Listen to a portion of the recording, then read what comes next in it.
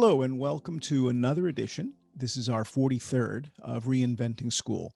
For those who have been watching regularly, you know that we've been exploring the curriculum, the broad K through 12 curriculum, what we somehow have decided it's really important for everybody to know. Sometimes at the exclusion of lots of other stuff that probably would be a good idea to know in the 21st century. What I'm finding is that the basic subjects, which occupy the largest amount of time on the schedule in K through 12, may not be the most important subjects for the 21st century.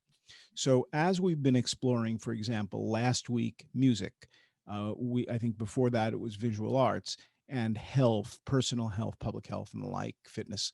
Those are the things that I think we're going to carry with us all of our lives. And because this is an increasingly multicultural world where we all seem to know people in other places, and in this case, we're all interested in learning languages associated with other places, increasingly that forms culture, and because so many of us are now involved in speaking more than one language or traveling or having relatives somewhere else, this is a really rich area that's very likely to grow. And so we'll be doing two episodes, both of them with great thanks to the ACTFL, which is the organization that sort of helps to organize activities around foreign language education. I suppose there's many, but several, but at any rate, we're very grateful to those folks. And with that, this episode will concentrate on language learning sort of through lessons, through school, through means that are probably going to be familiar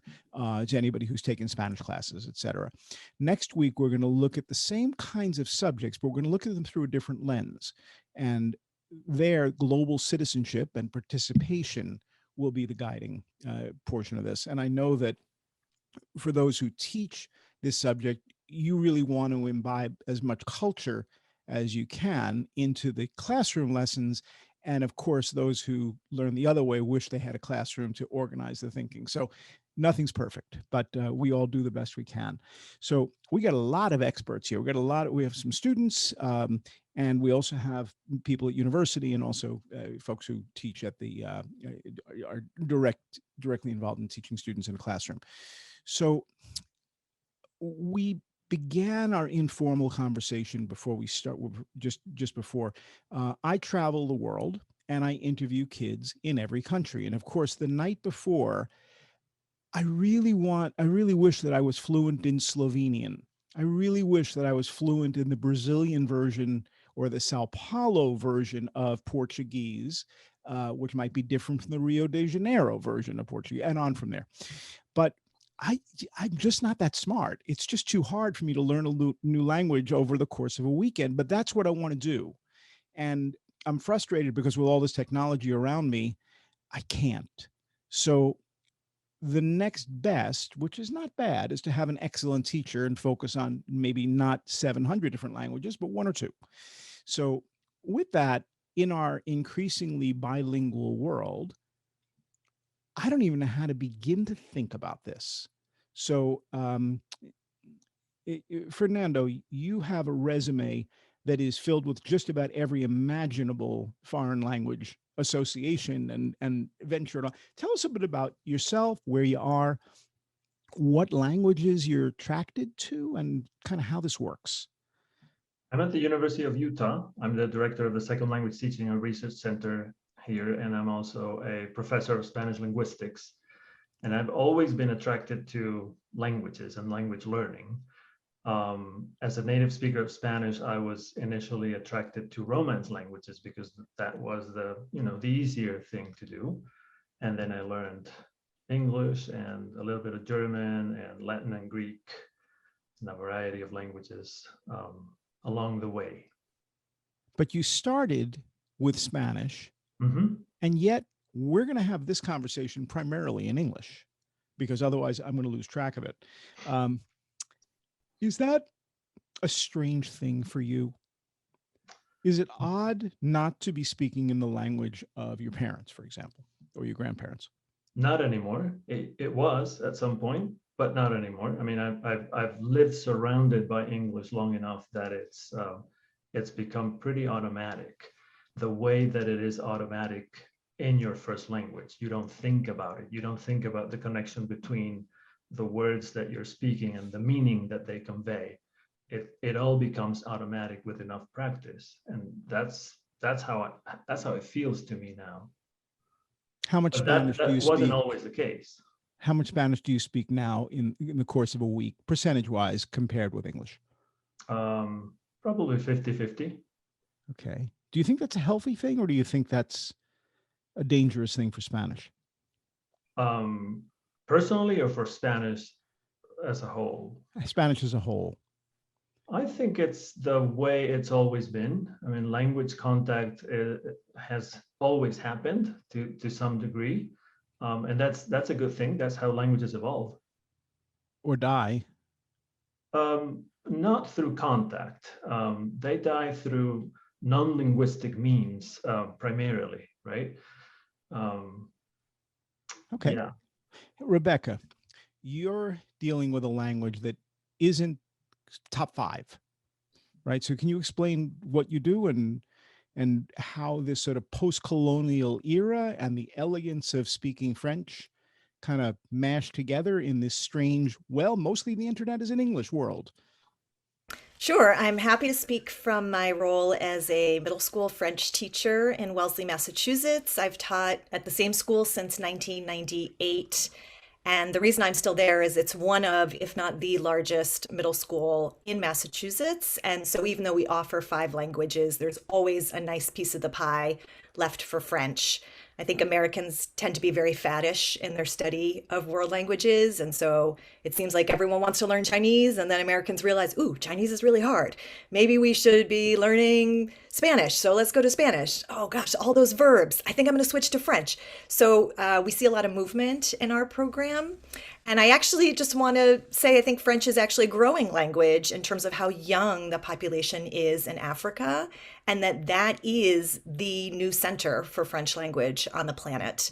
So certainly in my classroom, when I'm talking about French with my students, we're doing a food unit right now, and today was all about poulet yassa in Senegal.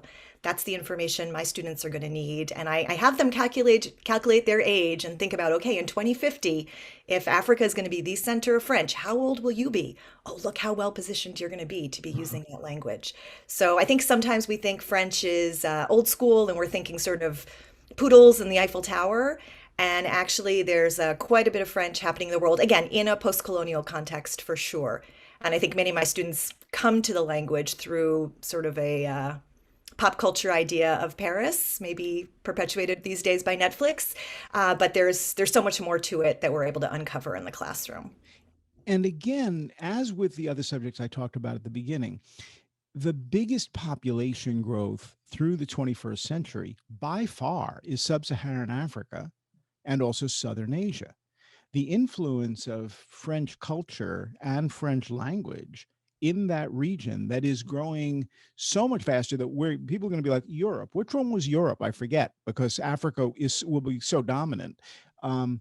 So it's really important that French becomes a part of this, but I'm not sure that reason is clear to most people, even people who are very associated with world cultures and the like. When I talk about how fast Africa is growing, particularly the area of sub-Saharan Africa, often people are surprised, and yet it may be one of the most important things we talk about. So now, Dahlia, you are running a school. I think you founded a school that's bilingual, right, in Washington, D.C.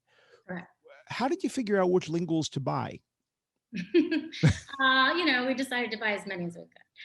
We are focused on Spanish, but I think we're focused on it in a way that's a little bit different than a lot of language programs. For us, the goal isn't just to be bilingual, it's to be able to read, write, dream, and lead in more than one language. And when you think about languages, you started off, Howard, by saying, there are languages from other places. There are hundreds of heritage languages here in the United States that we eliminated, right, through colonialism. And when you think about language for us as a school that's also focused on environmental sustainability, we learned that biodiversity is health, right? It's wellness to celebrate diversity. And so for us as a school, we're teaching our students about concepts of sustainability in 2 languages. And in so doing, you're teaching them that knowing more than 1 language is about that same health of biodiversity. But how do you figure out which language? I mean, English, I interviewed a student from Mauritius today, just about 1,000 miles, I think, off Madagascar. Fascinating. I've never spoken to anybody there before. It sounds like a place that I definitely want to go. And the way that he explained it, he talked about Mauritian Creole, which is a French-derived language, right? So for him, knowing French and English, but mostly English, are of value. Why? Because he wants to be a YouTuber. And he laid out his whole plan for being a YouTuber. He's 11 years old, but he needs English to do that. So you're focused on Spanish and English, but Spanish, does that, I mean, where do we go 15, 20, 30 years from now with Spanish? Is there a place where this is growing, or do we have heavy pressure from English to try to get as many people on this side of the world speaking English as possible? How do we do that? How is that working? Yeah, our students have the ability after Mundo Verde, when they are promoted from 5th grade to 6th grade, to study at a middle school here in DC called DC International. And at that school, students are from different charter schools that are teaching Spanish, French, and Chinese. And I think the lesson is we don't have to choose. And if anything, we want to really preserve as many languages as we can. And I think, being bilingual is really just a gateway experience. Ideally, after, your second language, maybe you'll learn many more, as we've seen even by some of the experts here, right? And so I think that we chose Spanish because at the time there were a lack of bilingual programs that were focused on Spanish. The promulgation of our school and a few others has led to kind of a boom in dual immersion schools here in Washington, D.C. And when I started teaching in the early 90s as a public school teacher, that wasn't the case. So we're extremely excited about what's happening here, because those schools then led to a school focused on Arabic and a school focused on Hebrew. And so for us, it's really important that we see this as part of the bigger puzzle. We don't have to choose which language. It doesn't have to be governed by markets, right, or by workforce. Language in and of itself is an important way to celebrate humanity and to celebrate the contributions of different cultures to the planet we're living on. So this is for Allie or Janine. Can I learn more than 1 language? And by the way, I'm getting older every day. So have I lost my ability to do that? Well, your neuroscience research will tell you absolutely not. That actually they have now shown, and this is the compelling piece, I think this is where the whole place of world language should be a part of the core curriculum of what the findings are that the empirical research has shown us, is that first of all, Howard, you'll be happy to hear this, that if you know another language, your chances of delaying Alzheimer's 4 to 5 years is 100%. In addition to that, and your neurons are actually restored and rejuvenated as a result of learning a language. You've heard about this as regards crossword puzzles and things like this. Has the idea of learning another language absolutely encourages the rebuilding of parts of your, actually I don't want to go into the detail on the go into the details. Go into the details. Well, it basically there's synapses right between the neurons, and there's a plasticity there. And as we age, that plasticity becomes more solid. And what world language is able to do, because it uses different parts of the brain, and it activates a lot of things like the emotions even, it actually allows it to regain some of its plasticity. The whole idea that there are so many myths involved, and this is the worst part about world language. These are the things that, as I've tried to counter as an advocate, it's not difficult to learn a language. because we now know from neuroscience how to do it better at the classroom level.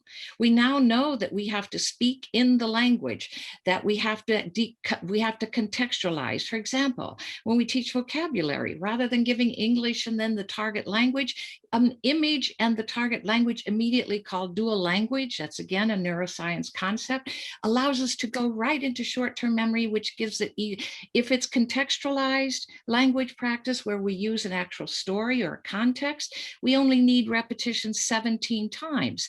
If it's decontextualized like we used to teach it, over 70 times. These are the kinds of things that we're learning. And the other myth that has really been promulgated is one that, you know, if it's taught early, it's going to damage the linguistic and cognitive development of a child. We've now discovered the opposite. The plasticity is increased. Their executive functions is amazingly improved, meaning they can plan better. They become self-regulated learners. I could go on because this is my area. Well, But Allie, where are you doing all this work? Because we didn't University get of the Nebraska introduction. Lincoln, happiest city in the world. God, I've heard it's a cultural center as well. Is that true? It is, yes, absolutely. You are so on top of it. Jeffrey, No, you're I shaking mean, your head yes and yes and yes and yes. Explain who you are and the fact that you're not actually sitting on water.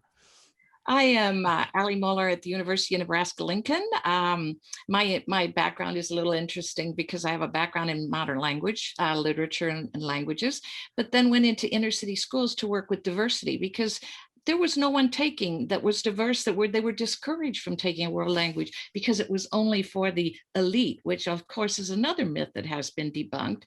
So I went into inner cities for 1 year and ended up staying 11 because I really wanted to follow these kids and see what happened to their language pathway. And then came back because of the research that I had conducted in that arena, came back to the College of Education, where I've been doing most of my work. Janine can elaborate. She and I did a 5-year study with 23 school districts, for example, looking at goal setting.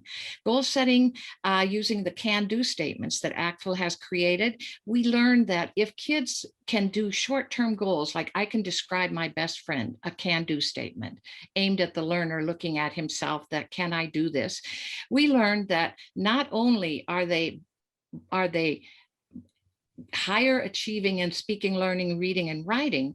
But guess what? There's a transfer that happens. So they also comparing their ACT scores and looking at the actual standardized tests, we had a control group later as an ex post facto study indicating that these kids were now better in science, math, and literacy.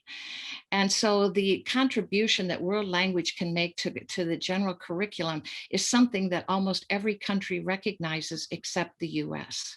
Unbelievable. We're going to go to Janine in a second, but Jeffrey, you've been shaking your head yes and yes. So give us a sense of your background. I think you're a student. Give us a sense of your view of this world, because you're kind of in it, not just talking about it, right? Absolutely. So I just graduated from the University of Texas at Austin with my bachelor's in computer science this past December. I first entered Gautami Shah's Hindi class my last semester at UT. But this semester I've been auditing because I've just found the language to be so fascinating that I need to continue learning it, even if I've already got my degree and left school. So I was born in the United States, but my parents are from China and they speak Mandarin. And so my first language that I learned was Mandarin. And then of course, I learned written Chinese and stuff at Chinese school. But my parents, I think they made a very good choice in teaching me Mandarin first, because in the United States, you're going to be learning English no matter what. You just put me in daycare, put me in school, I'll learn it eventually. So they emphasized speaking in Mandarin and teaching me, Chinese. And I don't think it was a deliberate act on their part, but it's taught me very well. So at this stage in life, a lot of my friends who are, ABCs, American-born Chinese, they've kind of lost the ability to speak Mandarin. But when I go to China and I speak Mandarin, people can't tell that I'm from the United States until I tell them. And then they say, wow, like, why is your accent like not an accent? I'm like, well, because I speak it at home. And so I completely agree with Allie's statements. Obviously I'm a huge supporter of learning another language first before English as a kid, because now I think I I have that intuitive sense of speaking Chinese, and it's a lot easier for me to learn more vocabulary. Now, on the other hand, I took French in high school, and now that I've taken Hindi in college, I took them because I was just interested in them. It's been harder to learn the vocabulary, I must say. I mean, I'm still trying. I'm sorry, Gautami ji. It's hard for me compared to Chinese, but I still try very hard. But I just find it very fascinating that that I speak Mandarin very fluently, and it's easy for me to, you know, catch up on the latest vocab in mainland China that's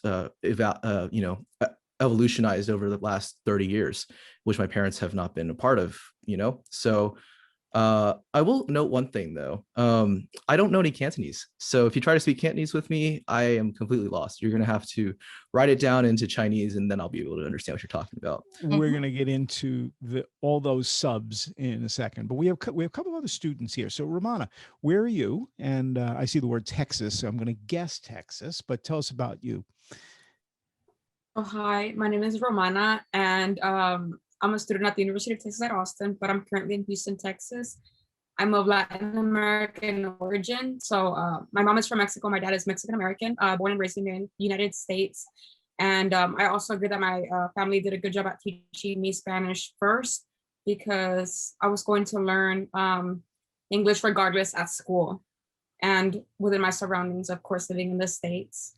It has helped me not just maintain a connection to my native language, but of course also to my culture. And I guess now I kind of speak it 50-50 with English, but it's the primary language spoken at home. Yeah, that's about it. Good. And Denithi, right? Am I Yes. close?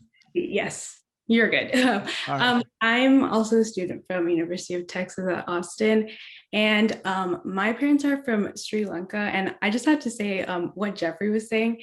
It's so funny that that's true, because my sister grew up in Sri Lanka, and but my parents were like, oh, we need to teach her English too, because that's important. And so they talked to her mostly in English. But then when we came here, my parents talked to me in my language, and now I'm way better than her. So I do have to say that it seemed to be an important thing. Yeah. So Janine, and I know you work with Ali, right? Or you have worked with Ali on some things. I'm losing my mind here. There are so many different languages and so many different variations on this. How do you make decisions about which language you ought to learn, why, and how do you keep all those words and ideas in your head? It just seemed like when I listened to Jeffrey, it's like, oh, of course I'm learning Hindi and I also have Mandarin. And I was like, I can't even remember my English vocabulary, and I've been speaking it for a while. How do you do this? How does this work? Well, the brain is brilliant, Howard, and the brain makes sense of language, and the brain makes sense of multiple languages. And there's this beautiful thing called translanguaging that we see happening when those who are multilingual or bilingual make use of both language sets or multiple language sets at the same time, because the brain knows how to do it. How does my brain learn how did all of you, what? It is beautiful. So hard. It's not? I think part of it is opening up our minds to being willing to make, especially as we are older, right? Opening up our minds to being willing to make mistakes when we are learning language. We do not have to be perfect. We need to be exposed to as much comprehensible input as possible and play with it. And then you advance with your language. It's not studying about language. It's being exposed to input that's comprehensible and then playing with it so that you can make sense of it in your head. Yeah, I see myself doing that, trying to fetch Spanish from 2 or 3 years in college and a few years in high school, and being completely devastated when I had to find a bathroom in Mexico City and I stopped at a newsstand, and it took me a half hour to ask the question, and the man at the newsstand spoke at 100 miles an hour, and I'm like, oh, this was useless. So I think the only person we haven't heard, we have Bryce and Gautami Gautami? Yes? Yes. All right. Why don't you go ahead, and then we'll keep the conversation going. This is a fascinating conversation. And I thank Janine for talking about translanguaging. So I'm going to kind of talk about a little bit of everything that's been touched on.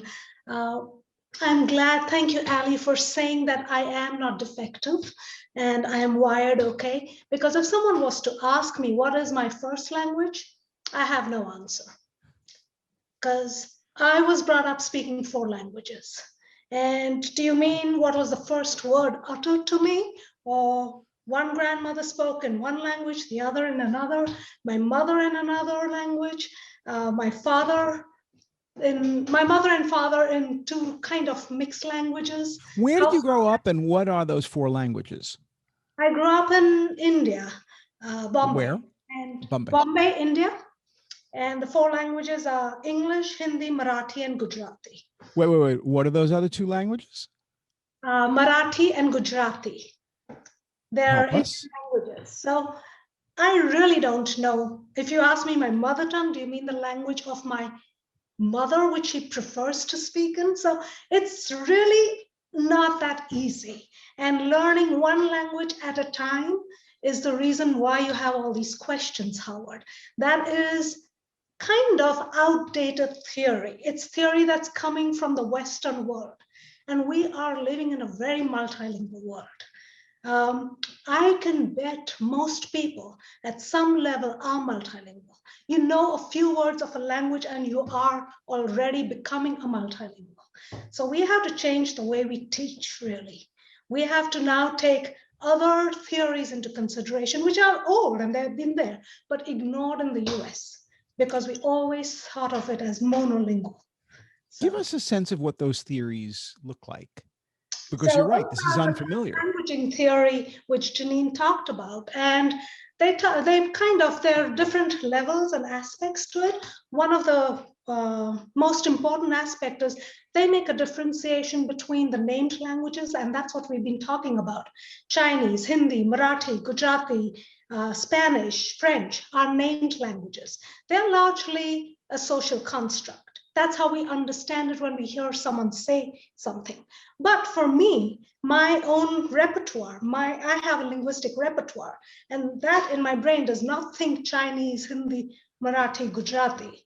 I just have that repertoire. And in any situation, I'm pulling what I need from that repertoire. So if we start thinking of it that way, now for me, my 3 students here are no longer learners of language. They are users. And the minute I think of them as users, I'm trying to help them learn how to use the language. Very different. Because if I'm teaching them to learn, they're learning the language, I teach them A, B, C, D. But if they're using the language, I let them bring in their other languages and then tweeze them out as and when and increase I teach Hindi, by the way, increase their repertoire in Hindi. So that is one of the most important aspects. But before, I promise I'll stop. Another very important aspect of translanguaging, this whole theory comes from a different viewpoint. We're talking about multilingual societies. So the theories that we've had so far have come from monolingual societies. But when in a multilingual society, where I was born, I go out on the street, I have no clue. I'm sharing that space. I'm sharing Bombay. But I have no clue the next person I encounter, which language they're going to speak, which named language. So I am prepared for anything, and they are prepared for anything. And then we try somehow to communicate. And slowly, we all start having a similar repertoire, but still different. I think what Tommy is really getting at is the difference between acquisition and learning. When you talk about learning, you're talking about a grammar-focused curriculum, which we now know due to empirical research does not work. It does not equal communication. And the ultimate role, of course, of another language is to build relationships. To be able to use language in the classroom undergoes a shift in paradigm. We no longer talk about language, we actually use language in a performance-based environment through learning tasks that scaffold that experience that resembles authentic communication, so we prepare them for proficiency, which is the ability to speak spontaneously, unrehearsed language in an authentic setting. Exactly what Tommy beautifully described it from her own experience. You don't just simply say, I'm learning a language, you just live it, you use it. Bryce, what language? Bryce, what language do you speak, or which languages do you speak, and how did you learn them? Okay, well, I grew up in a monolingual household here in Nebraska. So that was English from birth until probably around high school. And then starting in high school, I started learning Spanish. And so at that point, then I became more or less a monolingual, or not monolingual, sorry, bilingual. And currently, I'm also interested in Portuguese. So I'm becoming, I guess, what you could call a polyglot in a way, which is somebody who knows a whole bunch of different languages. All right. So now let me pull you into my world a little bit, because when I go to interview kids, as I have done in so many different countries, I want that 11-year-old, 12-year-old, 14-year-old, 9-year-old to feel as comfortable as possible. And I'm a stranger. I'm somebody who's coming in asking them a lot of really deep, tough questions about technology and the future and their plans and their home and their dog and what they eat and whether they think it's okay to eat animals and why animals don't eat humans. And we have a good time. And I, with particularly with South America, I have just enough Spanish to be able to remember a 2 or 3 word sentence. And I'm sure that my pronunciation is ridiculous. And I'm sure that my grammar is worse. And I'm sure that my accent probably extends from Nebraska to Chile with a lot of stops in between, right? So the fact that they can understand me at all is a miracle. But when I'm in another place, I do my best to pick up at least a few words, which I think is what you guys are describing. And then because I'm going to a restaurant, because I'm going into a store, because I'm asking for directions, because I'm hanging out, I start acquiring not just the words, but a sensibility around those words.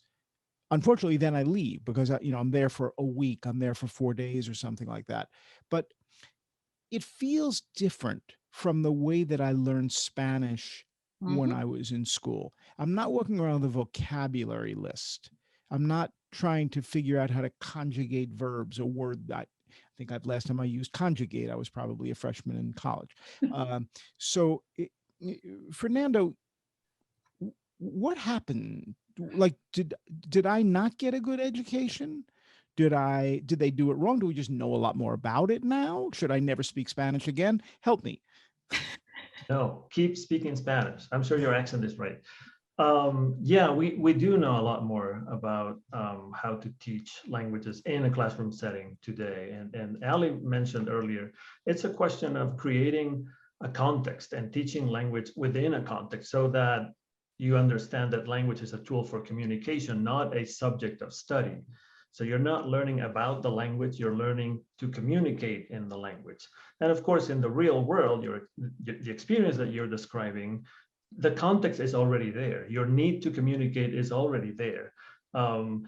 You are connecting language with the meaning that it conveys automatically because you are put into that situation. That's harder to do in a classroom. Not impossible. Good teachers do that all the time, but it's a little harder to do. But the other people in my class also don't know how to speak Spanish. Like, the one thing we all share is we don't speak the language. Rebecca, help. Like, okay, you got a room full of people who want to speak French, but don't, or do it very badly. Yeah, so welcome to my world, room 343. I'll give you an example from class today that I think illustrates this idea of doing something in the language as the way to be able to use the language. So this morning with my 6th graders, who are just full of energy, like picture a room of puppies in their masks, we played a game called Spot It. I don't know if you've played this with images. And so first we had to count out the cards between our partner. Pour moi, pour toi. Pour moi, pour toi. Now we've divided the cards. Now we're going to count until we both share our cards. Un, deux, trois. And then we have to identify what is the common image between those 2 cards. Now, I've chosen the images that we put on those cards. They're all the subjects of the class because we're learning how to describe our school schedules and compare them. But at the end of the lesson, the students had a can do. I can name my school subjects, but they're getting all these other pieces along with it. One for me, one for you, counting. At one point, someone asked how to say "you're cheating," so that came into it. And so by doing an activity in the language, there's a very rich context for what otherwise could just be sort of naming images. And that hopefully gives the kids enough language that they're able to play, which I think then we're calm and our brains are more receptive and we can actually acquire and retain more than we may have, in a classroom where someone listed English class, l'anglais, math class, les maths. Very little sticks in that model. How long do you retain it? I think it depends how often you use it. I know. So here I am not using it very often, suddenly finding myself, oh my gosh, I'm actually in Chile and they're not going to speak English to me. So, and I have a translator, but I'm trying not to use her. I'm trying to do it myself to the greatest extent I can. And of course, it ends up in any number of ridiculous moments. But that said, communication's possible. But if I were to let's say that I was an A-level Spanish student. I was actually the president of the Spanish club for a couple of weeks, so there we are.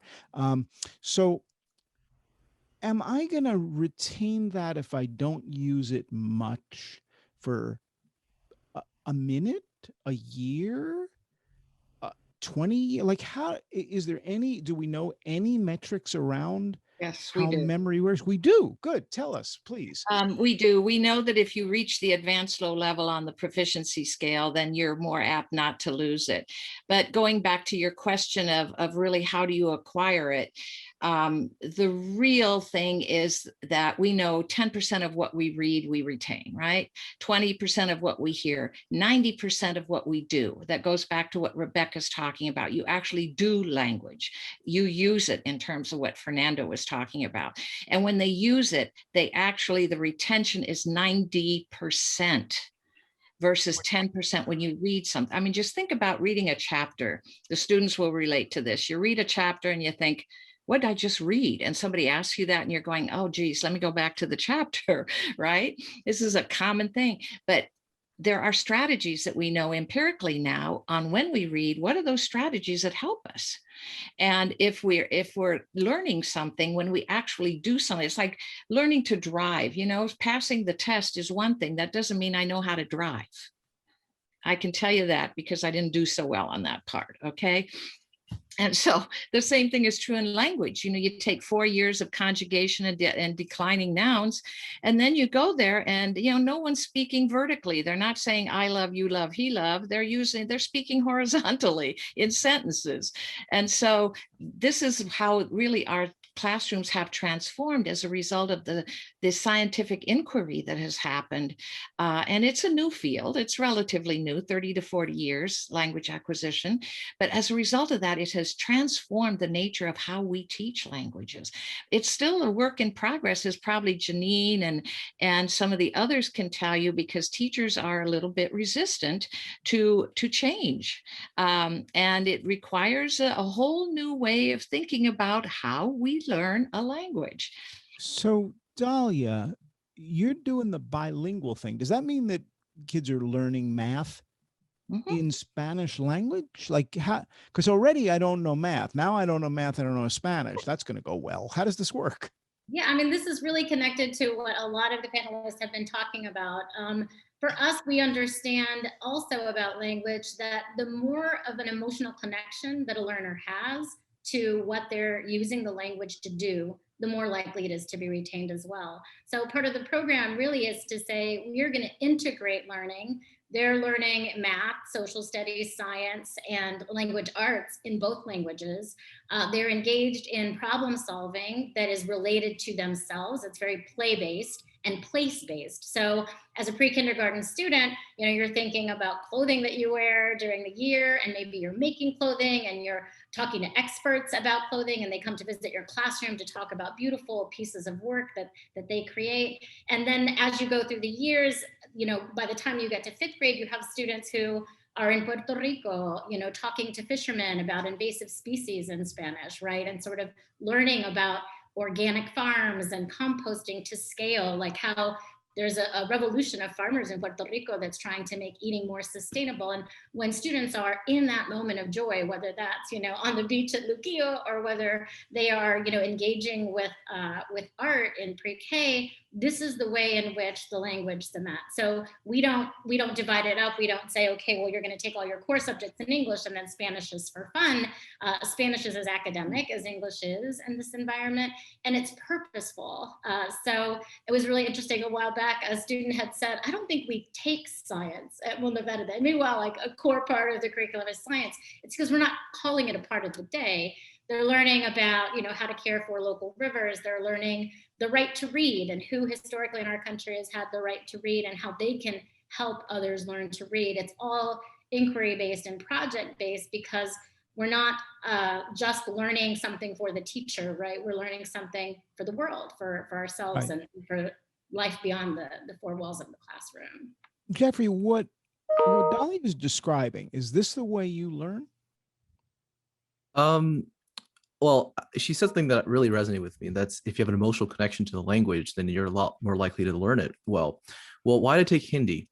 So my goal, actually, by the time I pass away, is that I'll know all 6 UN working languages. That'll be English, Spanish, French, Chinese, Russian, and Arabic. And so I think the last of those languages that I'll learn will be Spanish, because for some reason I just don't have as much of an emotional attraction to it. I went to Dubai recently, so now I'm interested in Arabic. I find Russian fascinating. I have a few friends who learn it. But I decided to take Hindi, which is not part of that goal, because I watch Bollywood and I have a lot of South Asian friends, and I speak to them in Hindi now. And sometimes I think like a few days ago, one of them took a picture of a conjunct character, which is a little difficult thing to read in Devanagari script. And he's like, what does this say? And I answered him. And I'm like, why are you asking me this? I'm the one who learned from you when I was in Hindi class and I asked you for help. So it's quite fascinating. But yeah, I learned Hindi because it's fascinating. And after I took French in high school, I found it very fascinating. And I really believe in that emotional aspect. And my sister, she's younger than me, and she spent a lot more time in China as a kid than I did. But quite frankly, her Chinese skills are a little less proficient than mine because after she got back to the US, she just started speaking English. And I always made an active, conscious effort to go to Chinese school when I was in middle school and to speak Chinese with my parents even today as the primary language in our house, so I don't forget it, because there's no one else in the US I can talk with right now for Chinese. So Fernando, when I go downstairs, I've got 15 Spanish language television channels, and my older son, who did the opening for this, designer, leaves it on. Just kind of has the sound in the house, right? Watching music videos on from there. Where does television fit into this? And that's a bit of a two-edged sword, because everybody's watching the Great British Baking Show, so everybody's learning English and learning some French words as well along the way, right? So is television helpful in this, or is it detrimental? And is it a way to kind of spread English, or does it actually help to build out? Is that a relevant question? It is a relevant question. It is, yes, it is helpful in extending the influence of a particular language. And English has benefited from the power of television and Hollywood and American culture for years. And probably one of the reasons why English is the lingua franca in the world today is because of that, because of the power of the media. And not just television, right? The internet is mostly built in English, and that's how we communicate. And in order to be able to, so the YouTuber that you were talking about, the 11-year-old, wanted to speak English because he knew that that's his path to success in his planned career as a YouTuber, right? And television has had that effect for the past, 50 or 60 years. That's clear. So got to me so English brought onto India in the colonization British Empire phase of history and all that. Seems to me it's an invasive weed. Seems to me its goal is to take over the world and smother every other language that it finds. And in India, and I was in India for a few weeks just before the pandemic, and people were kind, as they often are when I'm traveling, and spoke primarily English. It was difficult for me to have a conversation with anybody in any language except English. Apart from Bollywood and other pop culture stuff, is English in the process of killing the how many languages in India? No, fortunately, no. You're right, it is invasive, but Indians tend to have this ability to take everything and take ownership. So they've taken English and made it into theirs. And there's Indian English and there's English. And in addition to that, it's very interesting. So for higher academics, yes, you need English. But if you go really into rural India, English is not that widespread. Bollywood has taken over. Hindi is what the government tried to do with Hindi, make it the official national language. They didn't succeed, but Bollywood is getting into, because of political reasons, they didn't succeed. Bollywood is getting into areas that the government couldn't. So I think the media plays much more with the regional languages. And this whole notion of English being taking over the world, I think is very much, again, in the Western world and largely in the US. Okay. We are talking in English here, we teach, but even in the US, Spanish is the second language of the US. Yeah. And we're just not acknowledging it. So it's not as simple, and English is not the only one that is taking over. I do want to address also the emotional aspect that Jeffrey and Dahlia were talking about, and I don't know if my other students have something to say about it, but I think one of the key that was so important in getting our students to be users of language is to hit upon what is important for them.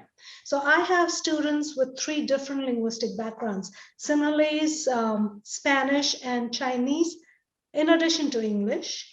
But they're multilingual already when they came into my class.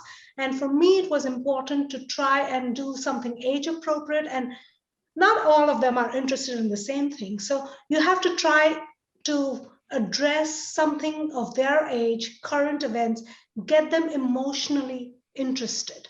That is, I'm talking about this because Harvard, your show is reinventing school.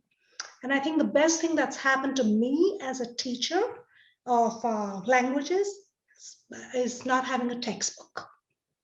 We don't have a textbook in Hindi. There may be some out there, but they're terrible. And I'm watching every head shake because I'm looking at everybody at the same time, right? Yeah. Everybody's agreeing with you. And you can reinvent. You can choose your materials according to what's going to work for that particular cohort. Yes, we are at the school setting or university setting, and there are certain things you have to follow. But some of my colleagues ask me, oh, but they teach, oh, you have to teach them how to buy things. You have to teach them how to rent a room. No, I don't have to teach them that. If I teach them certain ways of expressing themselves, expressing their opinions, questioning each other, it is so easy to go into a hotel and question. How much does it? So let's reinvent a little bit, okay? So we've got languages spoken by over 1 million people on Earth. Let's just make a line. And there are 20 of them, 30 of them, some number like that. But there's also, and correct my number, that's fine. But there's also an enormous number of languages that are spoken in smaller groups. And then there's much smaller. And then there's languages that are spoken, but they're not written, or they're written, but they're not necessarily spoken. Some are used for special purposes. And we've got about 2.5 billion kids who go to school.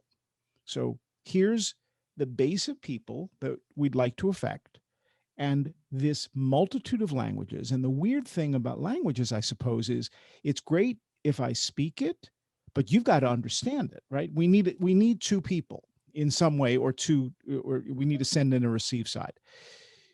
So how would we design it if we could now? And I'm going to ask you that question for 2 different countries. I'll let you pick the second country, but don't make it the United States. So how would you design, if you could, a system of language instruction is very important.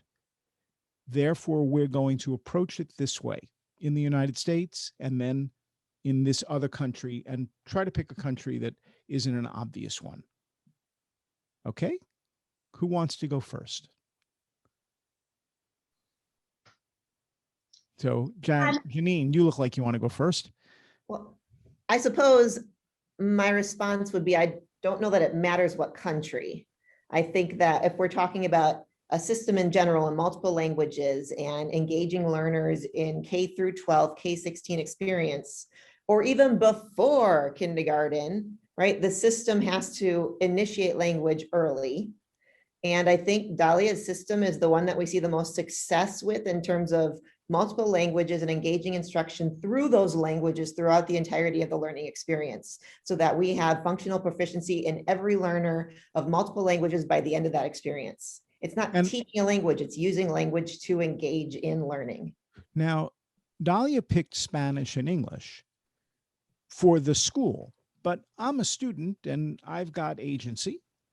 I want to choose my own languages. So how does that work in that, or doesn't it? Like, does everybody learn one or two languages or more, but they're the same languages or different languages? How do you design that into the system? Are you asking Janine, me back again? to You're you, not right, it's sure. anybody. Yeah, Janine, back to you. Okay, well, I think that from the systems perspective, I work with world language teachers in Lincoln Public Schools. And so when we talk about initiating a dual language program, which is what Dalia is talking about, we look at the population of speakers that we have in a community, because we want 50% of one language and 50% of the partner language in terms of students. So the language of choice is determined by the community and the needs of the community. In a community where we have another language spoken, that might be the language that's determined. We also have complete immersion schools that choose the language based on interest, which is what you're addressing. So not necessarily based on population, but based on need worldwide or perceived economic advantage, right? I don't know that I have the answer for your question. A more pragmatic answer would be mine. Well, so let's take as an example, you got about 330 million people living in the United States. About 43 million of them speak Spanish, but the Hispanic population is going to go up to what, 25% of the US population by 2050. So do we want all US children to speak Spanish? Common question. How about the students in New Mexico? Because there, half the population speaks Spanish today. But if you do that, what do you do about Zuni or Tiwa or other local languages, Navajo? Do we decide, well, we're going to have bilingual, but we're going to ignore those other groups? Complicated. All of this is complicated, right? So, Fernando, I picked Spanish. You're probably among us the one who knows the most about Spanish. So how do you solve that? Or do you?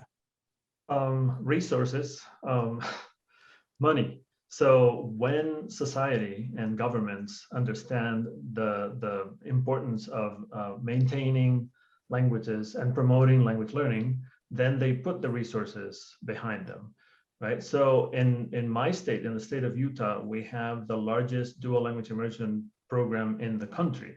And it's a statewide model where the state funds schools and school districts to teach students in English and one other language. So we have Spanish, French, Mandarin Chinese, Russian, German, Portuguese, and Arabic coming soon in public schools. So if you have children and as a parent, you're interested in them learning Spanish, you can send them to a bilingual school or dual language immersion school where they will learn math and science and everything in both languages. And it's a well-organized and well-articulated program that goes from kindergarten through university, so K through 16. There are resources behind that. And when the resources are there, the system works. And what if there aren't? Then there's not a lot we can do. I mean, at the individual level, we can affect small changes, and those are okay. But it's not going to have a societal effect that resources would allow. What about indigenous? What You about know what? indigenous? One of the things, Howard, that Byram said, and I think this kind of is kind of a concluding statement. He differentiates between a tourist and a sojourner. A tourist is someone who has preconceived notion about a specific culture, whether it's Hindi culture or German culture, Spanish culture, goes to that country and literally is just reinforced in what they already believe. A sojourner, equipped with language, is able to actually interpret and interact with people and become what I call educated. And as a result of that, they can really interact and they can have a more global sense, which would really help us in our perspectives to understand the perspectives of other countries, which I think is the ultimate goal of a world language instruction, is to be able to build relationships with people so that we can live in a democratic society where we appreciate and value one another rather than judge and stereotype. But how do you organize the curriculum when you have so many different languages where we want to emphasize individual learning and individual agency, and where my heritage isn't being taught? And I think it should be. And I'll give you all sorts of great reasons why. I mean, my grandparents spoke Yiddish. Yiddish we've effectively killed off. We have a little bit of a Yiddish book center, and we're retaining it. And now we've got some people learning, but not many. So, and I don't know whether this is a last gasp or what. So, if coming from the New York City Jewish Yiddish culture, I don't see that being taught. So the fact that it's not is one more nail in a coffin. On the one hand, on the other, I think it's really important that I become fluent in Spanish. That's where the United States is moving. But when I do that, I don't widen my view. I'm just going down two paths instead of one. So how do you structure it? How do you do it so that it works across the board? I think, the emotional piece that everyone has mentioned here is really important. I think Jeffrey made a really good point. When as a matter of fact, the last article I just wrote was about the interplay of emotion, cognition, and learning. When you're attached to something, if you have a need for something like you do, then you find ways. There's Duolingo that's free.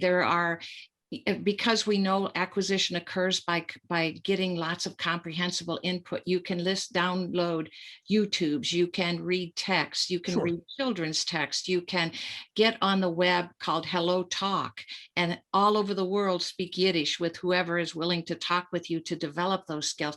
I think one of the aims that we have in our world language classroom is to develop self-regulation, which goes back to what Janine and I studied for 5 years using can-do statements.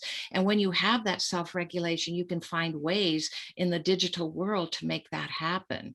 So let me stop you for a sec. Rebecca, the students who you teach, do they choose French? I assume they do over Spanish, for example. But are they required to take a language? They are not required to take a language. I teach in a very affluent suburban district in a highly regarded public school system that has absolutely no language requirement for graduation. Okay. And students choose to take a language. I would say most of my students, their parents were heavily, heavily involved in that choice. Fair enough. And there's a certain segment of students who are discouraged from taking a language because they're not believed to be academically up to the challenge. And so that's a challenge for our district. That's a whole different question. Yeah. I guess what I'm asking, and maybe one of the other students can help me with this based on your own life or friends. Not everybody has an emotional connection to another language. Most people don't have that connection. It's just on the list. I have to do it. I don't really want to. Okay, German sounds easier than French, so I'll do that. So Ramona, Jeffrey, Bryce. Well, make that connection. Make that emotional connection. I'm sorry? Make that emotional connection, right? No, but I don't want to. I could be bothered. I want to go play video games. I want to. Well, let me give you an example. I have a friend who's ABC. His Chinese is not very good, but we joke about the Asian parent stereotype because it's funny to us kids, and we speak we both communicate in pinyin, which is the, you know, Latinized version of Mandarin, and we say phrases that our parents do. And I have like a ulterior motive for this. I want to help him improve his Chinese this way. And that's emotional connection. You never would have guessed it, but it is. But I'm asking a different question. I'm asking about kids who don't have an emotional because there's an awful lot of subjects that are taught in school that I don't have any emotional connection to, and I would guess a lot of kids don't, right? So, so Denise or Ramona or Bryce, think about people you know who really don't care. You got to know some of them, right?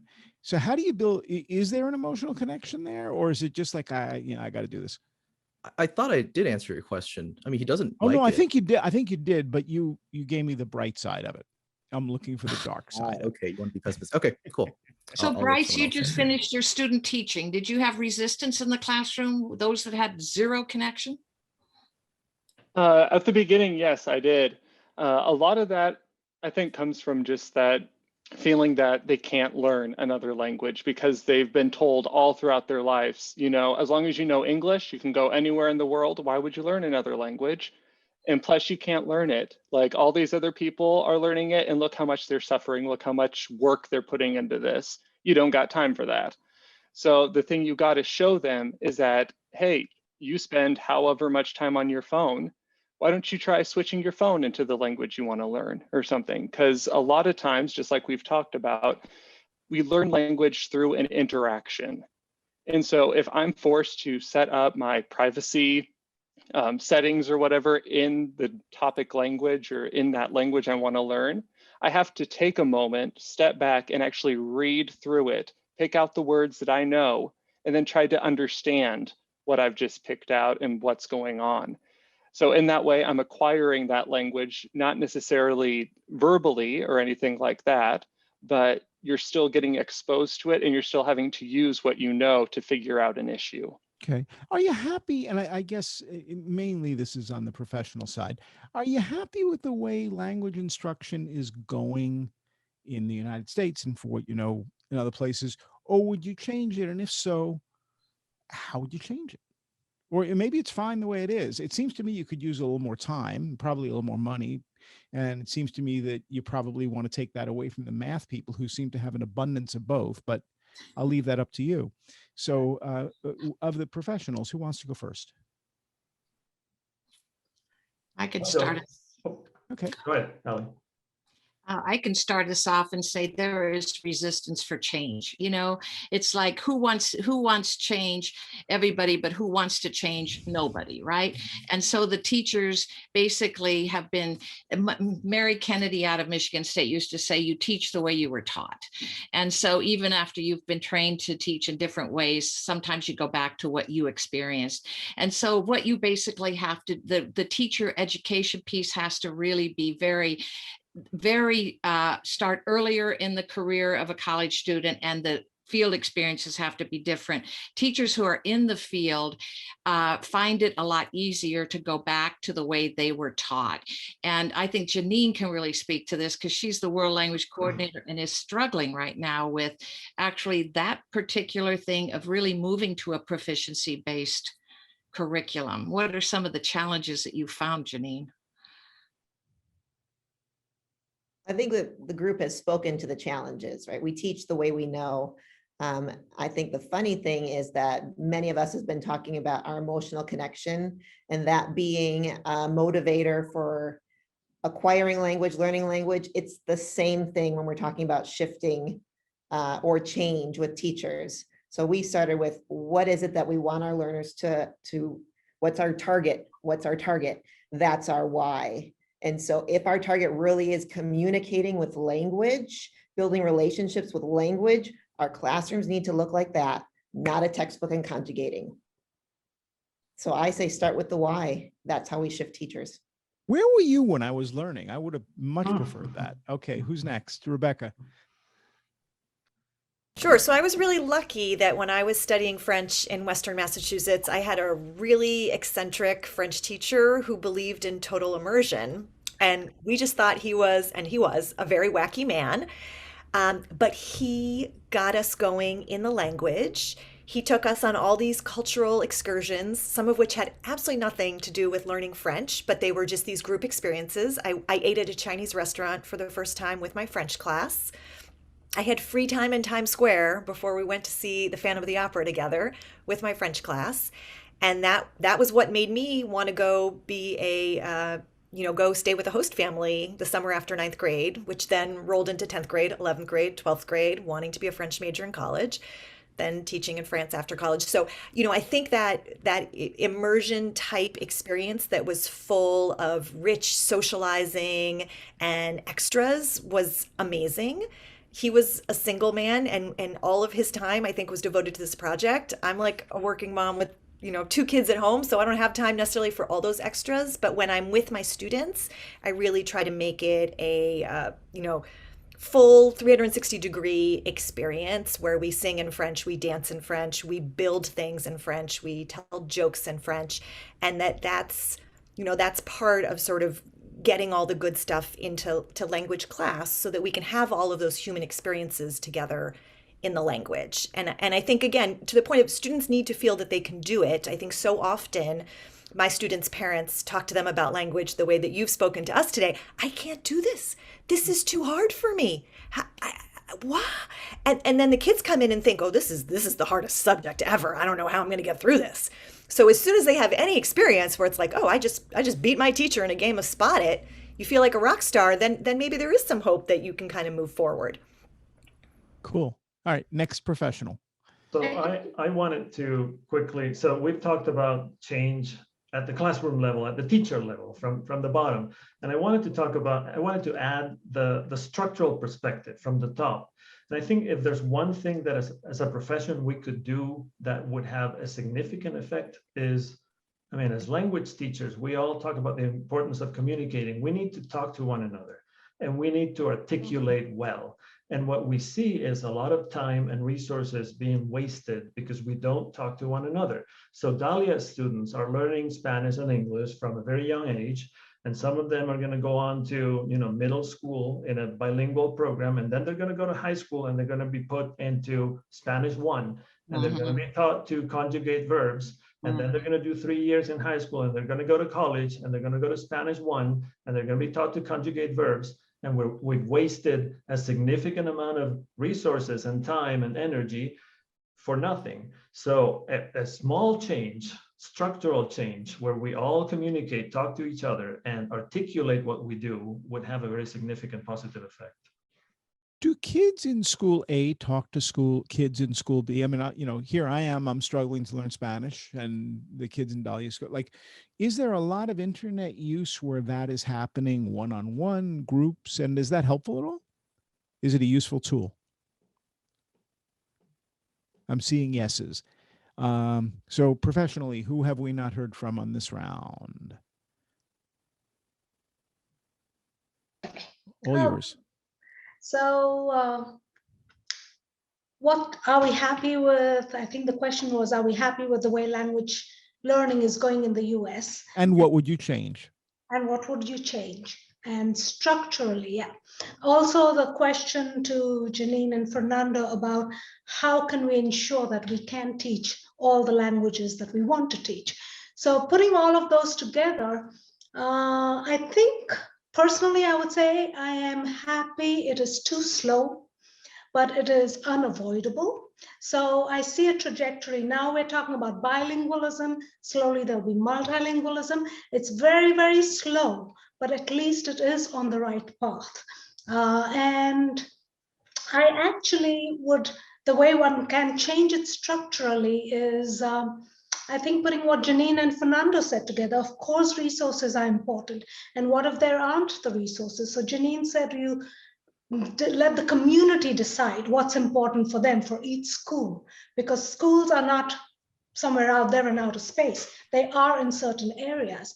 Probably my answer is vote, because that's where the resources come. And maybe we need to empower the next generation, and that's where I would love to hear from Vinati and Romana and Jeffrey. If you all were in school, what would you have wanted to do for languages? Because let the community decide. they vote, let them start saying, we want this in public schools. You hear a lot of people wanting Hindi in public schools. Now New York has it. Texas, only a few places have it. But people have to start voicing what they want.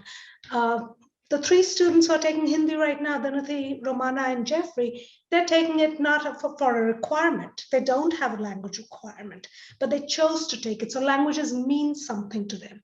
In school, I don't know if they had to take a language. So I would love to know if you had some change, or how would you change your school system to have languages the way you want to see languages? I don't know. And I know it's not for me to ask a question, but I'm just It's curious. for you to ask a question. Of course it is. Go ahead. Yeah, so I actually took Spanish for 7 years and I didn't learn anything. Like I couldn't tell you one thing in Spanish right now. And so yeah, I think, and I like a lot of other people, I didn't know a lot of people who were very interested either. It was kind of like, oh, this is the easiest and we have to take this, so we're gonna take this. So All right, yeah. but how would you design it? If you could, you come in, you go, I'm in charge of languages for all schools in the United States, or at least this state or this region. What are you doing? How are you setting it up? I don't know if I'm qualified to answer that. I just but made you qualified. okay. You're qualified. So I mean, like, what do you mean? Like which ones are offered, or like how Yeah, it's set? sure. Yeah, wouldn't it be the choice of the people who were learning it? Not Would like, that mean the students? yeah. So would the students vote at the very beginning? Would they say, hey, all right, to the new year, I'm a bunch of new students. I was in Mauritius. I want to learn Mauritian Creole Yeah. So because then, I just saw it on a cartoon show, whatever. That work? yeah. Why not? I mean, I got a connection to it, right? Jeffrey, you're trying to get in. So basically, because I'm a native Chinese speaker, I always see like from the native perspective of when people love learning Chinese, since it's so popular, such a popular language in the United States to learn. But the issue is that everyone thinks Chinese is really hard to learn. And I would say that's because it's so different from what languages are usually taught, right? That's where the difficulty comes in. And so a lot of people, when they have even the opportunity to take Chinese as a non-native speaker, they just think it's cool, that China is cool and everything, but they don't realize how difficult it is for them to learn it. And so that's why I don't believe that you should just let, high schoolers just kind of pick without any context, because, I was basically the only Chinese kid in my school, and everyone was asking me like if they wanted to take it, right? They'd be like, okay, like, what's behind it. But if they didn't have me, I don't know what they would have done. And also I hear a lot of people saying like, oh, we need to put more money into this. But here's the thing.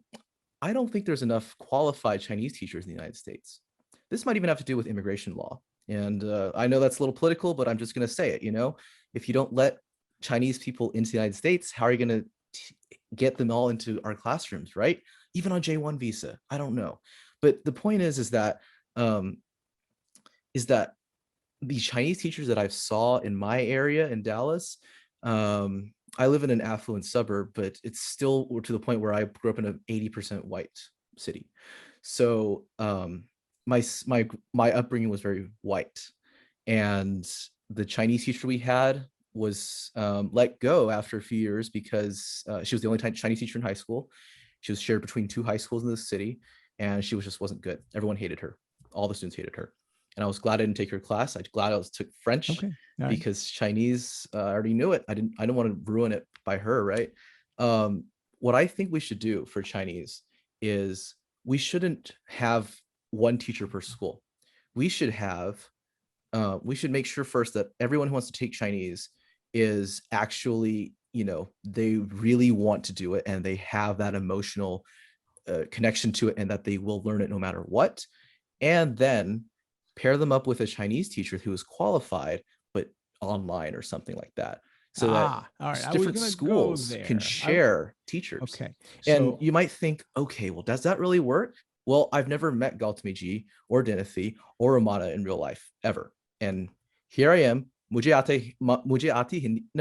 Hindi आती है, right?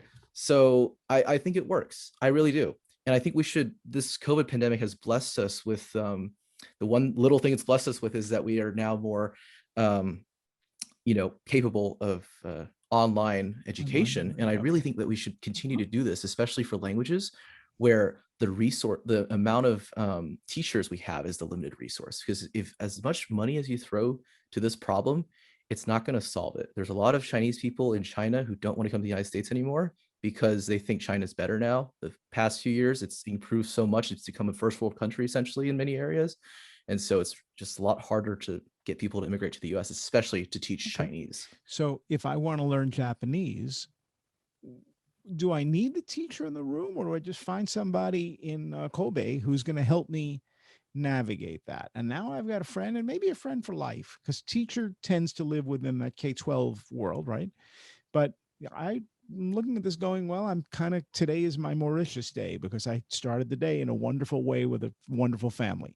So if I want to learn that, the first thing I'm going to do is I'm going to call them saying, can I learn that? Because I'd like to come there in a year or two, and I would like to be able to speak the language. So Rebecca, do I need to be in the room with you? I think it depends a lot on how old you are. I am in my third week returning to in-person teaching after 13 months away from my students. And while there was maybe 25% of my students who were very successful during virtual learning with me, and some of them were in the classroom while I was still at home, so they were really doing it through the screen all the time. There was a large contingent of middle schoolers who really acquired almost no language during that entire time. The distraction of the screen was such that if you could be watching me have a conversation about what'd you eat for breakfast versus catching up on a video game, there was no competition. But algorithms can be your friend, right? I mean, if you're on a screen, it can record, and then there's a limited number of common errors, and you can get back on the path. Is that brilliant, or is that as scary as you can imagine? I think if you have some human connection to your teacher and you're able to engage with it, there's some potential there.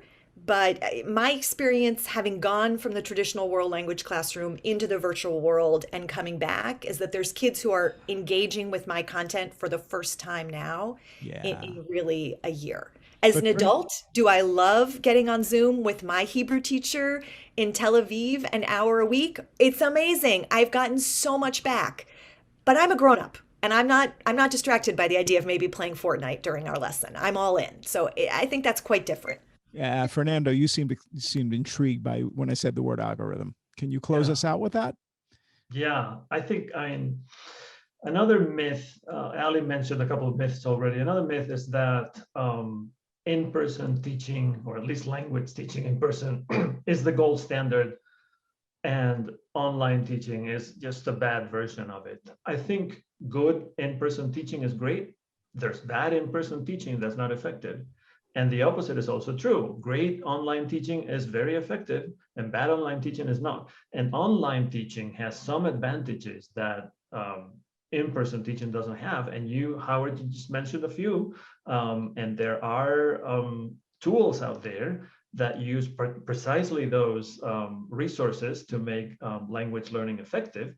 Ali mentioned Duolingo, and they use algorithms, and they figure out a way to tailor the language that you get to your expertise so that they slowly guide you through the learning process. That's very effective, and that can be done very effectively online. I think also, Howard, I mean, I imagine nobody on this panel learned the language that they speak fluently, their second language, in just one way, right? Every single person here who learned a language well, they had the formal instruction, they had relationships in a community of learners who were learning the language. They were part of a community of those who were proficient already in the language. Some of us had romances, right, in the language that we were learning. I mean, it is about this full encompassing experience that one has where you're able to learn language. And to the point of, well, what if you're, the one family in a community that speaks Amharic, or the one, family in a community that speaks a language? I think at least we can, as school systems, ensure that there is a place. It could be a virtual space, it could be a live space, where the heritage languages of that community are represented in the learning, in public education, both K-12 and beyond. We could at least do that. And that means that you are bringing asset. Right now, we're paying for people to lose their heritage language. That's what we're investing in now, right? Because we have this Western model, because we focus on monolingualism as a standard, we're actually investing in people not learning their heritage language in an academic way, when we could be saying, you know what, you as a monolingual student get to benefit from the fact that somewhere in this city we're teaching Amharic as part of the core curriculum, and this other student who speaks Chinese gets to benefit from learning Spanish in this system. And I think the more that school systems are moving, I feel like I want to go visit Utah now. I feel like the more that we invest in systems that represent multiple languages, the more likely you are to stop asking the question of how do we teach them all? The question becomes, when was that time that we didn't teach them all? What was that about? Why weren't we doing that? Yeah. So here's an observation to close this out. As I was speaking with mathematics and social studies, the common core subjects, it's a very specific way of thinking about it, and not especially modern. When I speak to you guys and the past few weeks in the arts world and all that, you're using every available tool. You're very attentive, more so than anybody I've spoken to the way the brain works, to how memory works, to how language acquisition occurs.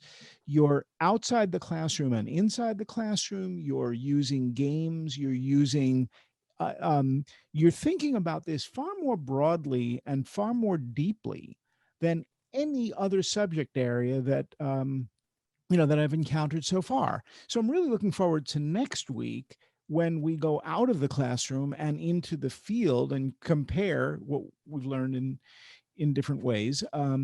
It's just so exciting to me, because this clearly is a time when global citizenship and feeling a part of being a larger group of people on Earth has come. And the level of respect and being able to understand one another and wanting to learn one another's language and having some tools to be able to do that and being able to communicate with people in other places. We've never had this before. So I need you guys to go to the head of the class here, because I think you, in many ways, are the future of what public education, private education as well, probably looks like.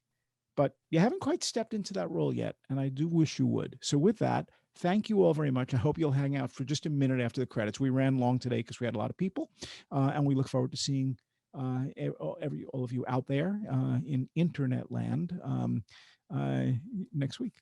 So thank you all very much.